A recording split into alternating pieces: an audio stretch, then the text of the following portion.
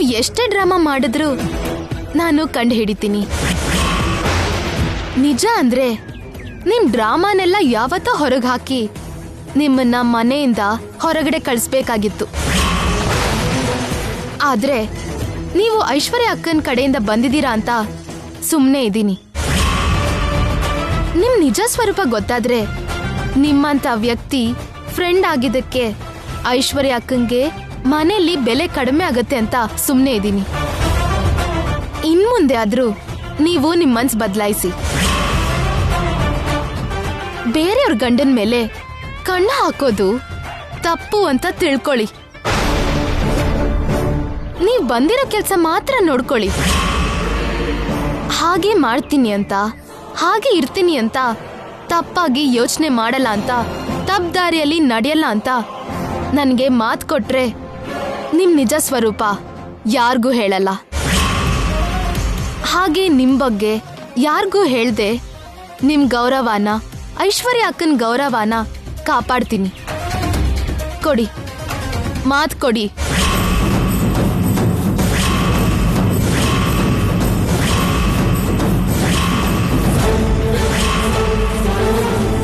ಅಖಿಲ್ ತಂಟೆಗೆ ಬರಬೇಡ ಅಂತ ಮಾತು ಕೊಡು ಅಂತಿದ್ದಾಳೆ.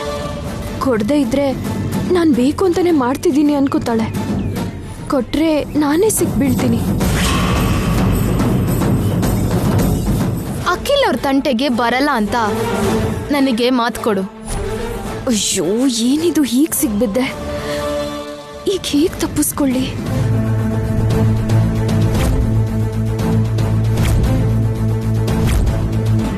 ಶ್ಯಾಮಾ,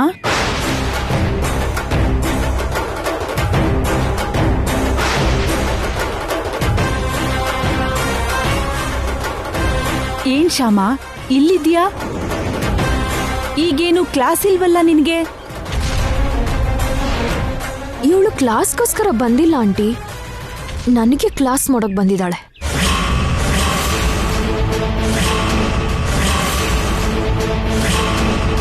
ಇವಳು ನಿನಗೆ ಕ್ಲಾಸ್ ತಗೊಳ್ಳೋದಂದ್ರೇನಮ್ಮ? ಅದೇ ಆಂಟಿ, ಆ ಕೆಟ್ಟ ವ್ಯಕ್ತಿ ಬ್ಲ್ಯಾಕ್ ಮೇಲರ್ ಬಗ್ಗೆ ನಾನು ಸುಮ್ಮನೆ ಚಿಂತೆ ಮಾಡ್ತೀನೇನೋ ಅಂತ, ಅನಾವಶ್ಯಕವಾಗಿ ಭಯ ಪಡ್ತೀನಿ ಅಂತ, ಸುಮ್ಮನೆ ಟೆನ್ಷನ್ ಮಾಡ್ಕೊಳ್ತೀನಿ ಅಂತ, ಹಾಗೆ ಚಿಂತೆ ಮಾಡಬೇಡಿ, ಭಯ ಪಡಬೇಡಿ, ಟೆನ್ಷನ್ ಮಾಡ್ಕೋಬೇಡಿ ಅಂತ ನನಗೆ ಕ್ಲಾಸ್ ಕೊಡ್ತಿದ್ದಾಳೆ. ಹಾಗೆ ಟೆನ್ಷನ್ ಮಾಡ್ಕೋಬಾರ್ದು ಅಂತ ಅವಳಿಗೆ ಮಾತು ಕೊಡು ಅಂತ ಕೇಳ್ತಿದ್ಲು. ಶ್ಯಾಮಾ, ನೀನು ನನ್ನ ಒಳ್ಳೇದಕ್ಕೆ ಮಾತು ಕೊಡು ಅಂತ ಕೇಳಿದ್ದು. ಆದರೆ ನಾನು ಆ ಮಾತು ಕೊಡಲ್ಲ.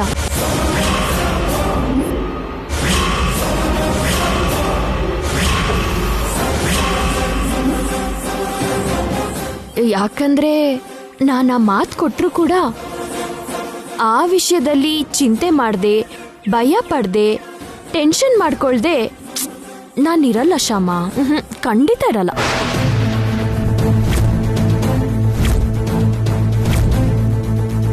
ಅದಕ್ಕೆ ಮಾತು ಕೊಡ್ತಿಲ್ಲ.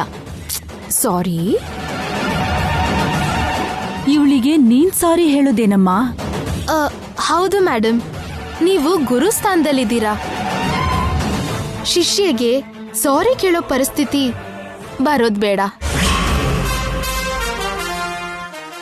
ಸರಿ ಶ್ಯಾಮಾ, ಈಗಾಗ್ಲೇ ಟೀಚರ್ ತುಂಬಾ ಡಿಸ್ಟರ್ಬ್ ಆಗಿರ್ತಾರೆ. ರೆಸ್ಟ್ ತಗೊಳ್ಳಿ, ನಾ ಹೋಗೋಣ ಬಾ.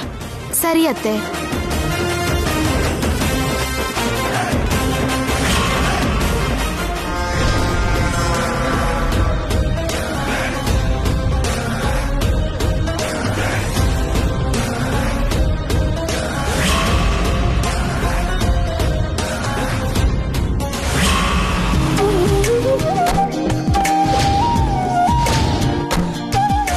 ಅತ್ತಿಗೆ, ಅತ್ತಿಗೆ,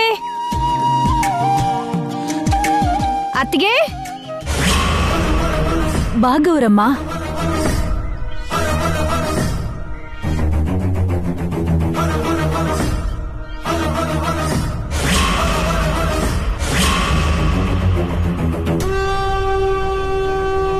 ಇದೇನು ಗೌರಮ್ಮ ಅವ್ರ ಸೂಟ್ ಕೇಸ್ ತಂದಿದ್ದಾರೆ? ಅಂದ್ರೆ ಇಲ್ಲಿ ಯಾವ್ದಾದ್ರು ಪ್ರೋಗ್ರಾಮ್ ಒಪ್ಕೊಂಡಿದ್ದಾರೋ ಏನೋ. ಬಾ ಗೌರಮ್ಮ, ಏನ್ ವಿಶೇಷ? ದೊಡ್ಡ ವಿಶೇಷನೇ ಅತ್ಗೆ. ಮೊನ್ನೆ ಅಷ್ಟೇ ರೂಪಾರಾಣಿ ಒಂದ್ ಸಿನಿಮಾದಲ್ಲಿ ಹಾಡಾಡದ್ಲು ಅಂತ ಹೇಳಿದ್ನಲ್ಲ. ಹಾ ಹೌದು, ಹೇಳ್ದೆ. ಆ ಹಾಡು ಯೂನಿಟ್ ಅವ್ರಿಗೆಲ್ಲ ತುಂಬಾ ಇಷ್ಟ ಆಯ್ತಂತೆ. ಹೌದಾ? ತುಂಬಾ ಸಂತೋಷ. Congratulations Roopa. Thank you aunty. ನೀನ್ ಮೊದಲನೇ ಸಲ ಹಾಡಿರೋ ಹಾಡು ಅಷ್ಟು ಜನರಿಗೆ ಅಷ್ಟೆಲ್ಲ ಇಷ್ಟ ಆಗಿದೆ ಅಂದ್ರೆ ನಿನಗೆ ಆದಷ್ಟು ಬೇಗ ಒಳ್ಳೊಳ್ಳೆ ಅವಕಾಶ ಬರುತ್ತೆ.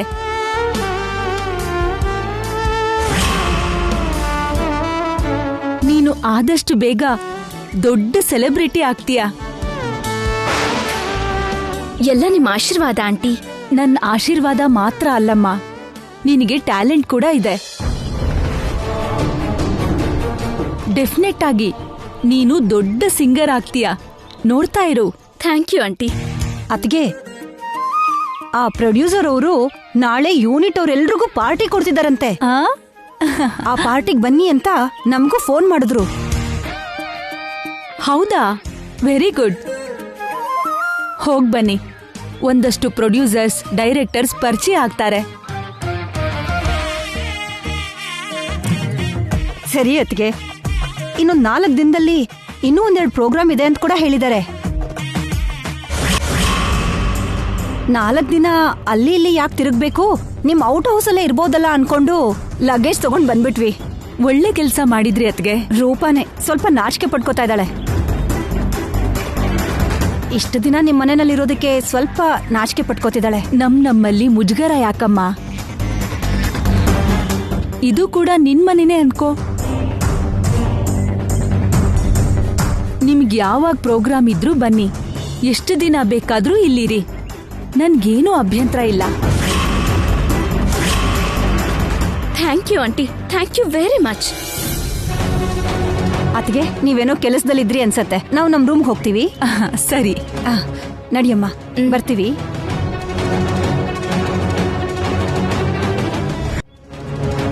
ಅಮ್ಮೋರೆ, ಅಮ್ಮೋರೆ, ನಿಮಗೆ ಕೈ ಮುಗಿತೀನಿ ಅಮ್ಮೋರೆ. ದಯವಿಟ್ಟು ಯಾವ ಪ್ರೋಗ್ರಾಮೇ ಒಪ್ಕೋಬೇಡಿ. ಈಗ ನಾನು ಬಂದು ಹಾಡೋ ಪರಿಸ್ಥಿತಿಯಲ್ಲಿಲ್ಲ ಅಮ್ಮೋರೆ. ದಯವಿಟ್ಟು ಅರ್ಥ ಮಾಡ್ಕೊಳ್ಳಿ ಅಮ್ಮೋರೆ. Please please ಅಮ್ಮೋರೆ.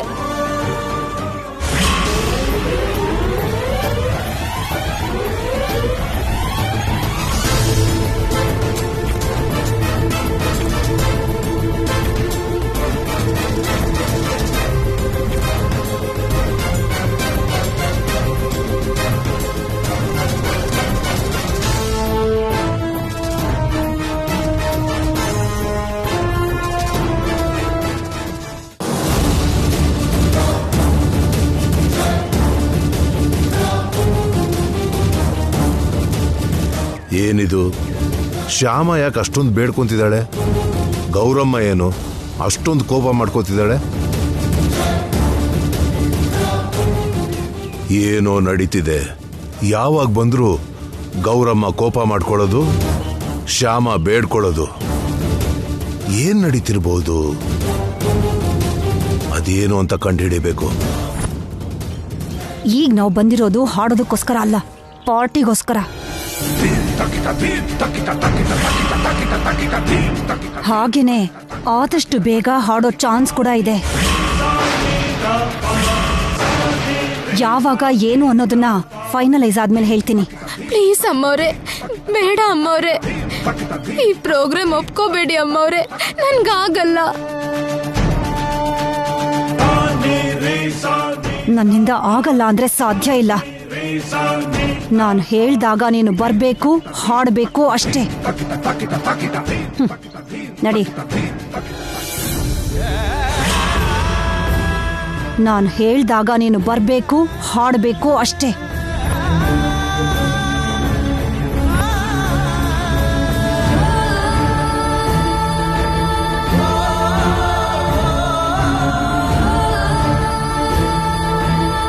ಗೌರಮ್ಮ,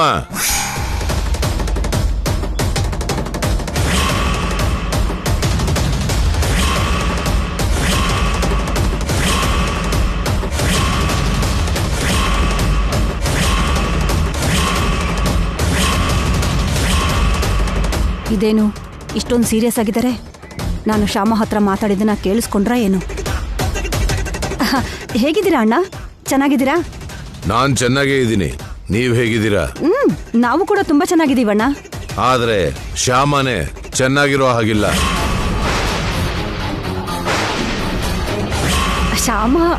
ಶ್ಯಾಮ ಚೆನ್ನಾಗಿಲ್ದೆ ಏನಣ್ಣ? ಅವಳಿಗೇನ್ ಕಡಿಮೆ ಆಗಿದೆ? ಆರಾಮಾಗಿದ್ದಾಳೆ. ಶ್ಯಾಮ ಕೂಡ ಚೆನ್ನಾಗೇ ಇದ್ದಾಳೆ. ತುಂಬಾ ಚೆನ್ನಾಗಿದ್ದಾಳ ಅಣ್ಣ. ಚೆನ್ನಾಗಿದ್ದಾಳ ಅಥವಾ ನೋವಲ್ಲಿದ್ದಾಳ? ನೋವ್ಯಾಕಣ್ಣ? ನಿಮ್ ಸೊಸೆಗೇನ್ ತೊಂದರೆ ಆಗತ್ತೆ? ನಮ್ಮಿಂದ ನಮ್ ಸೊಸೆಗೆ ಯಾವ ನೋವು ಇರಲ್ಲ. ಆದ್ರೆ ಹೊರಗಿನವರಿಂದ ಇರ್ಬೋದಲ್ಲ. ಹೊರಗ್ನವರು ಅಂದ್ರೆ ಯಾರಿಂದ ಅಣ್ಣ? For example ನಿಮ್ಮಿಂದಾನೇ ಇರ್ಬೋದಲ್ಲ.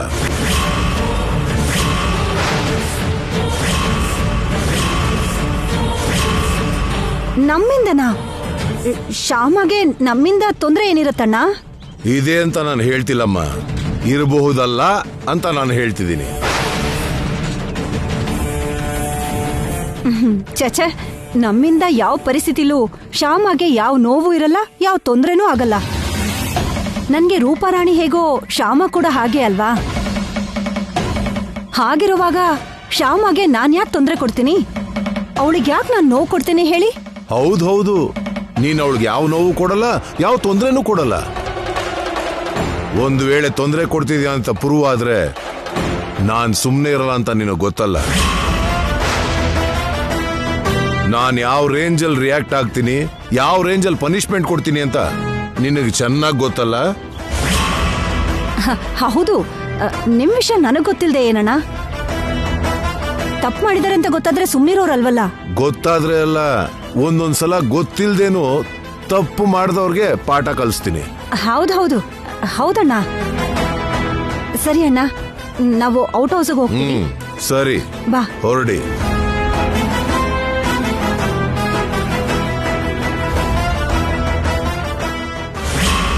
ಏನಿದು, ಮಾವ ಗೌರಮ್ಮ ಅವ್ರ ಹತ್ರ ಅಷ್ಟು ಸೀರಿಯಸ್ ಆಗಿ ಮಾತಾಡ್ತಿದ್ದಾರೆ? ಏನ್ ವಿಷಯ ಇರ್ಬೋದು? ಒಂದ್ ವೇಳೆ ಶ್ಯಾಮನ್ ಬಗ್ಗೆ ಮಾತಾಡ್ತಿರ್ಬೋದಾ? ಶ್ಯಾಮ ಮತ್ತೆ ಗೌರಮ್ಮನ್ ಮಧ್ಯೆ ಏನೋ ನಡೀತಾ ಇದೆ ಅನ್ಸತ್ತೆ. ಅದೇನೋ ತಿಳ್ಕೋಬೇಕು. ಐಸರಮ್ಮೋರೇ, ಏನು? ನಾನ್ ಮನೆ ಗುಡಿಸ್ತಾ ಇದ್ದೆ ಕಣಮ್ಮ. ಈ ಕಾಜ್ಗ ಎಲ್ಲ ಸಿಕ್ತು. ಇದೇನಾದ್ರೂ ಬೇಕಾಯ್ತೇನೋ ನೋಡ್ರಿ.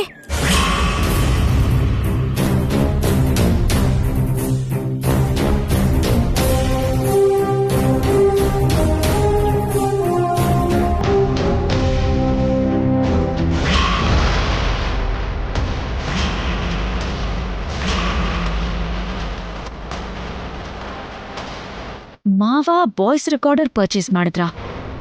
ಯಾಕೆ ತಗೊಂಡಿರ್ಬೋದು? ಏನಂತ ನೋಡಿ ಹೇಳ್ತೀರಾ? ಇದು ನಮ್ಗೆ ಶ್ಯಾಮ ಚಿಕ್ಕಮ್ಮ ರೂಮಲ್ಲಿ ಸಿಕ್ತು.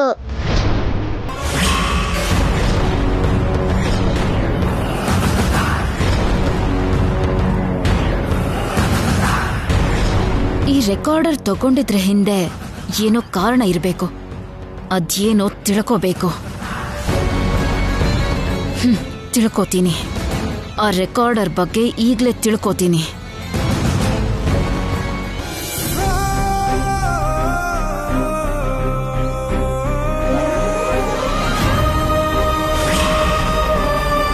ಕೃಷ್ಣ, ಗೌರಮ್ಮ ಅವ್ರು ಬಂದಾಗಿಂದ ನಾನು ಎದೆ ಡವ ಡವ ಅಂತ ಬಡ್ಕೊಳ್ತಿದ್ದೆ. ಎಲ್ಲಿ ಯಾವತ್ತು ಯಾವ ಪ್ರೋಗ್ರಾಮ್ ಒಪ್ಕೋತಾರೋ ಅಂತ ತುಂಬಾ ಭಯ ಆಗ್ತಿದೆ. ಅಂತ ಪರಿಸ್ಥಿತಿ ಬರ್ದಿದ್ದ ಹಾಗೆ ಅವ್ರನ್ನ ಬೇಗ ಇಲ್ಲಿಂದ ಕಳಿಸ್ಬಿಡು ಕೃಷ್ಣ.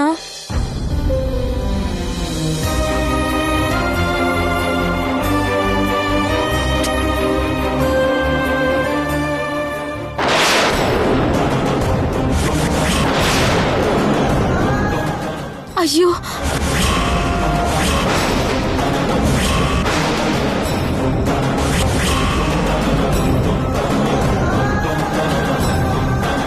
ಬೆಂಕಿ ಕಡ್ಡಿ ಹಾಕಿ ಈ ಕೈ ಜಾರ್ತು.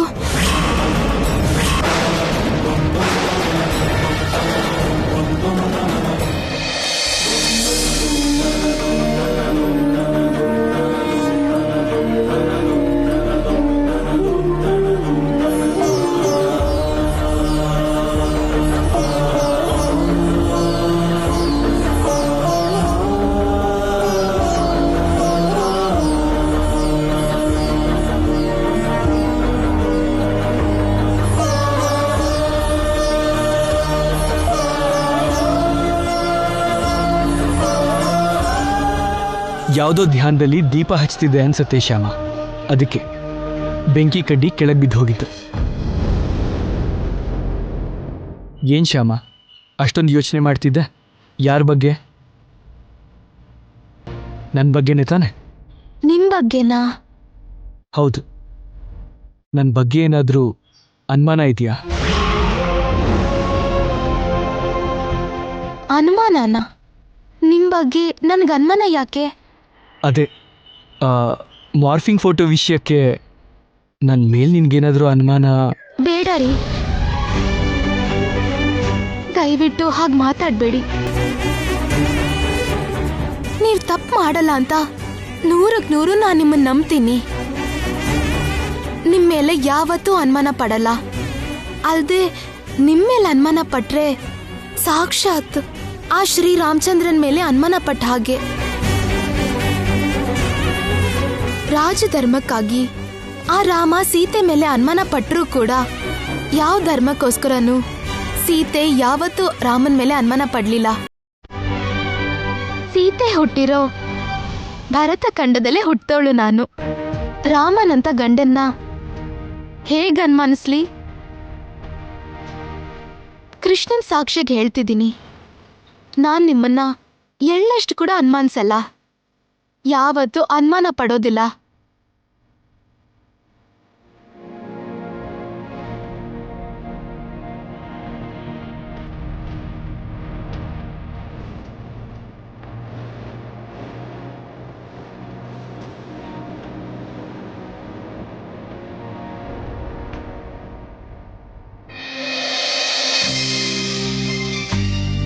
ಅಖಿಲ್, ಅಖಿಲ್,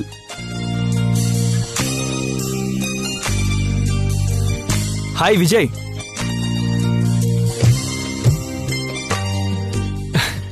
ಹಾಯ್ ವಿಜಯ್, ಎಷ್ಟು ದಿನ ಆಯ್ತು ನಿನ್ನ ನೋಡಿ? ನೋಡಿ ತುಂಬಾ ದಿನ ಆಯ್ತು ಕಣೋ. ಆದ್ರೆ ಕೇಳಿಸ್ಕೊಂಡಿದೀವಲ್ಲ. ಕೇಳಿಸ್ಕೊಂಡಿದೀವಿ ಅಂದ್ರೇನೋ? ಅದೇ ಕಣೋ, ತುಂಬಾ ಸಾರಿ ಫೋನಲ್ಲಿ ಮಾತಾಡದ್ವಲ್ಲ, ಒಬ್ರು ಧ್ವನಿ ಒಬ್ರು ಕೇಳಿಸ್ಕೊಂಡ್ವಲ್ಲ ಅಂತ. ಯಪ್ಪ, ಈ ಕವಿತ್ವ ಮಾತಾಡ್ಬೇಡ ಕಣೋ, ಅರ್ಥ ಆಗದೆ ತಲೆ ಕೆಟ್ಟು ಹೋಗತ್ತಷ್ಟೆ. ಸರಿ ಕೂತ್ಕೋ. Thank you. ಬೋರಮ್ಮ, 2 ಕಾಫಿ ತಗೊಂಬಾ. ಸರಿ ಅಖಿಲಪ್ಪ ಅವರೇ. ಇನ್ನೇನು ವಿಶೇಷ? ಏನಿಲ್ಲ ಕಣೋ, ಕಾರ್ ಸ್ವಲ್ಪ ರಿಪೇರಿ ಆಗಿತ್ತು, ಗ್ಯಾರೇಜ್ ಕೊಟ್ಟಿದ್ದೆ. 1 ಅವರ್ ಆಗುತ್ತೆ ಅಂದ್ರು. ಹತ್ರದಲ್ಲಿ ಏನಿದೆಯಲ್ಲ, ಒಂದ್ಸರಿ ಮಾತಾಡ್ಸ್ಕೊಂಡು ಹೋಗೋಣ ಅಂತ ಬಂದೆ. ಅಂದ್ರೆ ಕಾರ್ ಟ್ರಬಲ್ ಆಗಿದ್ದಕ್ಕೆ ಬಂದಿಯೇ ಹೊರತು ನನಗೋಸ್ಕರ ಬರ್ಲಿಲ್ಲ ಅಂತ ಆಯ್ತು. ಮಿತ್ರದ್ರೋಹಿ. ಕಾರ್ ಟ್ರಬಲ್ ಕೊಟ್ರು ಯಾವತ್ತೂ ನೀನ್ ನನಗೋಸ್ಕರ ಬಂದಿಲ್ವಲ್ಲೋ, ಸ್ನೇಹ ದ್ರೋಹಿ.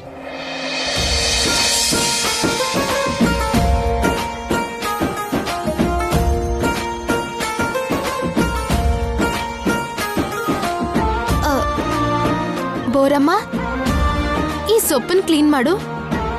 ಸರಿ ನಮ್ಮರೆ. ಈ ಕಾಫಿ ಕೊಟ್ಟು ಬಂದು. ಕಾಫಿನಾ? ಯಾರ್ಗೆ? ಅಖಿಲಪ್ಪ ಅವ್ರದ್ದು ಫ್ರೆಂಡ್ ಬಂದಿದಾರಮ್ಮ. ಹೌದಾ? ಹಾಗಾದ್ರೆ ಕಾಫಿ ನಾನು ಕೊಟ್ಟು ಬರ್ತೀನಿ, ನೀನ್ ಮೊದಲು ಇದನ್ನ ಕ್ಲೀನ್ ಮಾಡು. ಸರಿ ನಮ್ಮರೆ.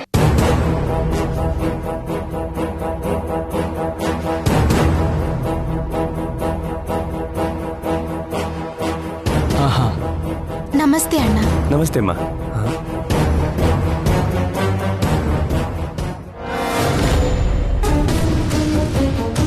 Excuse me.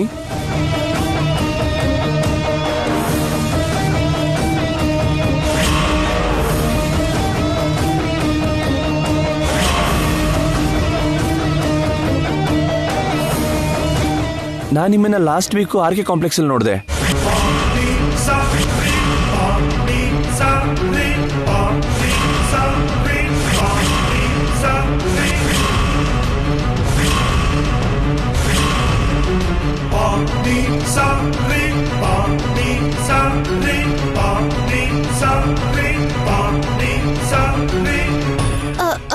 ಆರ್ಕೆ ಕಾಂಪ್ಲೆಕ್ಸ್ ಅಂದ್ರೆ?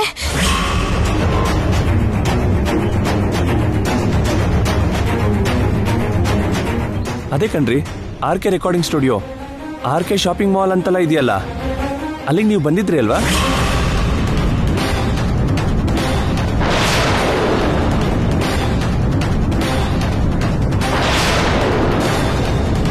ಗೌರಮ್ಮ, ರೂಪಾರಾಣಿ, ಶ್ಯಾಮ 3 ಜನ ಟೆನ್ಷನ್ ಮಾಡ್ಕೋತಿದಾರಲ್ಲ. ಆರ್ಕೆ ಕಾಂಪ್ಲೆಕ್ಸ್ಗೆ ನಮ್ ಶ್ಯಾಮ ಬಂದಿದ್ಲ? ಹೌದು ಕಣೋ, ಬಂದಿದ್ರು. ಅವತ್ ನಾನು ನಿನ್ಗೆ ಫೋನ್ ಕೂಡ ಮಾಡಿದ್ದೆ, ನೆನ್ಪಿಲ್ವಾ?